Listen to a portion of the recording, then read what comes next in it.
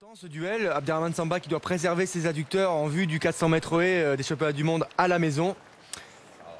Eh bien, ce duel pourrait se terminer sur un chrono. Pourquoi pas un chrono en dessous des 47 secondes. Ces deux garçons se valent, hein, très clairement. Peut-être que Warholm part un peu plus fort dans les 200 premiers mètres. Peut-être que Benjamin est un peu plus fort sur la dernière ligne droite, dont un 47-16.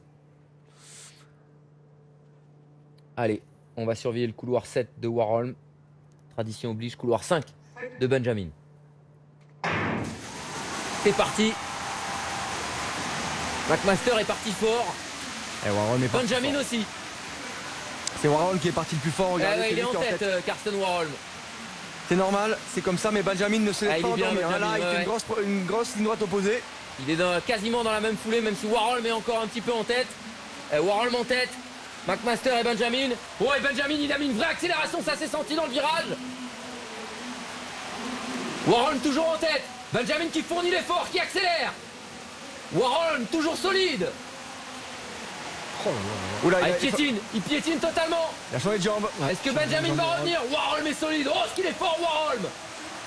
Warholm, Benjamin. Warholm, Benjamin. Warholm pour la victoire et Warholm s'impose 46-92. 46-92. Deuxième meilleur performeur mondial de toute l'histoire. Il se rapproche du record du monde de Kevin Young. C'est incroyable. Mais attention au chrono de Benjamin, hein, parce que ça doit être plus Mais il va s'arrêter où, Samir Warholm? Il va s'arrêter où à chaque course? Il met une claque à son record à chaque course. À chaque fois, ça descend. Et aujourd'hui, on en a parlé, c'est stratégie de course, Samir. C'est stratégie de course. Il avait tenté sur les deux courses précédentes de mener ses 13 foulées jusqu'au bout. 46-98 pour Rai Benjamin. Et bien sûr, un nouveau record d'Europe en 46-92 pour Karsten Warholm. Ces deux garçons rentrent dans le top 3 de l'histoire. C'est énorme, énorme. Rai Benjamin qui vient égaler la performance de Paris d'Abderrahmane Samba. Ces trois garçons vont être dans un mouchoir à Doha. On en salive d'avance.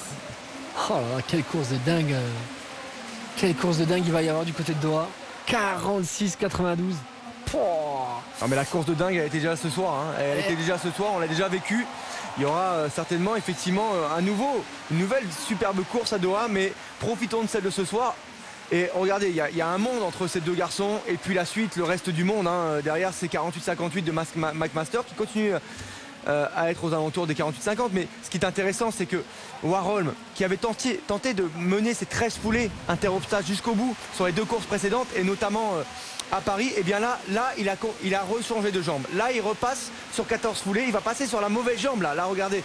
Il a été obligé de piétiner un peu même pour aller chercher ses 14 foulées. Mais ça lui permet d'être à nouveau sur de la fréquence gestuelle avant la dernière haie et de perdre beaucoup moins de temps qu'il l'avait fait sur le dernier obstacle comme à Paris.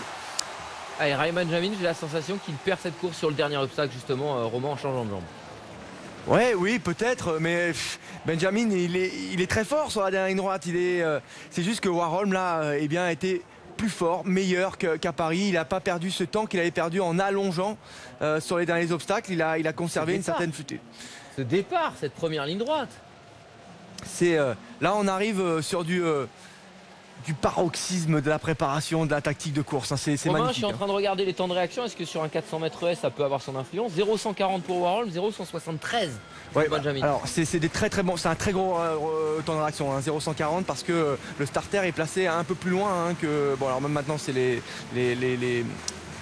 haut-parleurs sont derrière les starts.